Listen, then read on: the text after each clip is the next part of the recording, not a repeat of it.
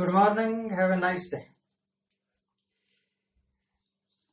I kind of think कि कभी इन्होंने ऐसा सोचा नहीं होगा,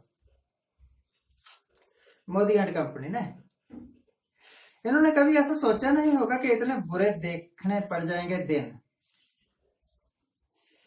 ना कभी सोचा होगा, ना कभी पहले देखा होगा कि मुसीबत में जान फंस जाएगी इनकी।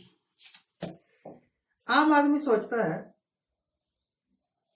जो इनको नहीं जानते वो सोचते हैं कि मोदी साहब एक मामूली आदमी थे, अब प्रधानमंत्री है, ऐश कर रहे हैं। ज्योतिषी कहते हैं कि इनको राजयोग था, ये राजयोग का आनंद ले रहे हैं। देखिए,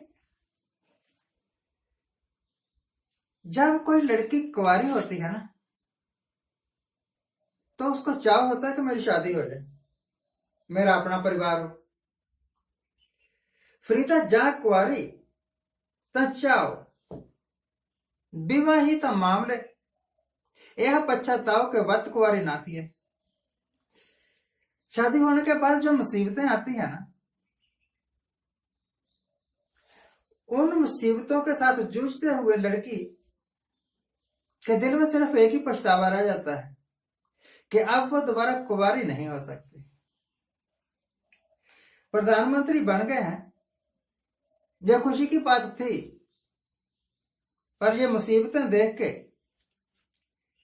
जरूर सोचते होंगे कि यार अगर हम प्रधानमंत्री ना मानते तो कोई बात नहीं थी, कम से कम मजे के साथ छाती ठोक ठोक के हम कांग्रेसियों को जलील तो कर सकते थे।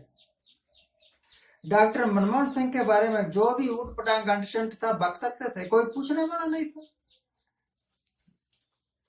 हम कह सकते थे कि जब किसी देश का रुपया गिरता है तो सरकार गिरती है। अब गिर रहा है रुपया तो सरकार तो नहीं गिरी।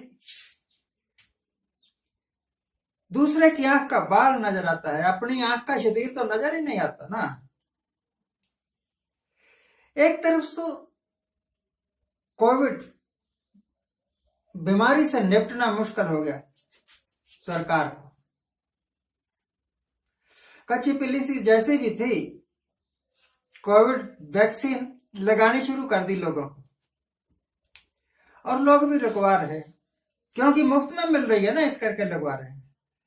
अगर यही कोविड वैक्सीन पैसे देकर लगवानी पड़ती तो यकीन मानिए इनमें से आधों ने नहीं लगवानी थी। हर एक हरवा अपनाने के बाद, तालियां थालियां बजाने के बावजूद भी, टॉर्च दिखाने के बावजूद भी, और तरह तरह की दवाइयां, तरह तरह के परहेज, सारे दिन में 20 बार हाथ धो लो, मुंह पर बैल की तरह पट्टी बांध के रखो हमेशा, ये सारा कुछ करने के बावजूद कोविड है इतना ट्रीट के जाने का नाम नहीं। इनको प्यार हो गया है कोविड भाई साहब को मोदी साहब के साथ, कि मोदी साहब आप और कुछ तो कर नहीं सके। मेरा बहाना लेके आप ये तो कह सकते हैं कि हमने बड़ी तरक्की करनी थी, ये कोविड के कारण नहीं हो सकी। कोविड से निपटना मुश्किल हो गया। पहली बात, किसान, मजदूर, बैंक कर्मचारी, रेलवे एम्प्लॉइज, ये सारे सरकार से नाराज है। पता है क्यों? रेलवे के कर्मचारी इस करके नाराज हैं कि उनको डर है कि अब हमारी नौकरी गई, क्योंकि सारा कुछ प्राइवेट हो रहा है। बैंक कर्मचारी भी इसी कारण से नाराज हैं, क्योंकि बैंक प्राइवेट हाथों में जा रहा है, उनकी नौकरियां खतरे में है। किसान वो सोचता है कि हमारी जमीन चली जाएगी यार। मजदूर नाराज है। मजदूर के नाराज होने का तो मुझे कोई कारण नहीं समझ आया। हाँ, इस करके नाराज है मजदूर क्योंकि सरकार ने कारखानेदारों को, उद्योगपतियों को, पूंजीपतियों को खुश करने के वास्ते लॉ ही बदल दिए, लेबर लॉज बदल दिए। अब मजदूर को 8 घंटे नहीं 12 घंटे काम करना पड़ेगा, पैसे उतना ही मिलेंगे। हो सकता है उससे कम मिले। अगर किसी मजदूर को पहले एक महीने में 14,000 मिलते थे, 8 घंटे रोज काम करना और 4 छुट्टियां, तो अब उसी 14,000 में 12 घंटे रोज काम करना और छुट्टी कोई नहीं, तो मजदूर नाराज। मेरे कहने से कुछ नहीं होता कि मजदूर नाराज है या नहीं नाराज है। जो लोग सड़कों पर आके प्रदर्शन कर रहे हैं, धरने प्रदर्शन कर रहे हैं, वो इसी करके कर रहे हैं। और आपको तो पता ही है, सरकार के कई कानूनों के विरुद्ध भी प्रदर्शन हुए। सिटीजन अमेंडमेंट एक्ट, जिसके करके दिल्ली में दंगे हुए, याद होगा आपको, जिसको मुद्दा बना के बीजेपी के बड़े बड़े लीडरों ने कहा ये गद्दार है, इनको गोली मारो। हमारे से हमारे पड़ोसी भी नाराज है। फॉर एग्जाम्पल नेपाल, छोटा सा देश नेपाल, आज तक हिंदुस्तान की सहायता से चलता रहा नेपाल, और अब अपने बॉर्डर पर बंदूकें तान के खड़े रहते हैं और कई बार कोशिश करते हैं और हमारे हिंदी जो सिविलियन है उनको मार देते हैं। क्यों भाई? आपकी इतनी भी हैसियत नहीं कि नेपाल जैसे छोटे देश के साथ मित्रता बना के रख सको?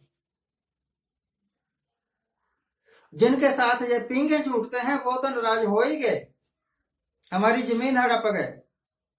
उस नेपाल में जहां कई बार जाकर ये पूजा भी कर चुके हैं, नेपाली हिंदी भाई भाई भी कह चुके हैं, वही हमारी जगह भी हड़प रहा है और इनको आंखें भी दिखा रहे हैं। अर्थव्यवस्था की तबीयत भी बड़ी खराब है। जिस तरह कोविड के कारण लोगों की तबीयत खराब हो जाती है, अर्थव्यवस्था भी बैठ रही है, इसकी तबीयत भी खराब है। जितने मर्जी रिजर्व बैंक या कोई और दूसरा संस्थान, सरकारी संस्थान जितने मर्जी दावे करते रहे कि अगली तिमाही में जीडीपी की विकास दर 10% होगी, कैसे होगी भाई? कैसे होगी?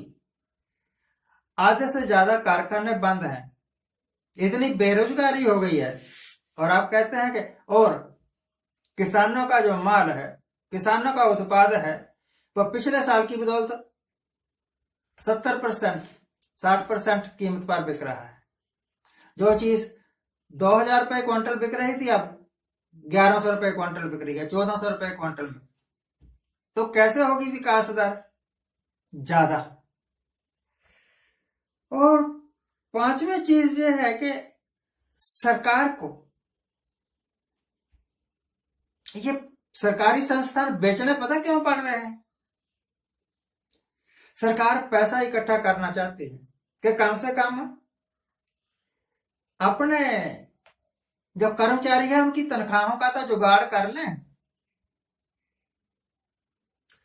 जब कोई आदमी गरीबी में अपने घर के बर्तन बेचने शुरू करते तो समझ जाओ कि यह बैंकरप्ट हो गया।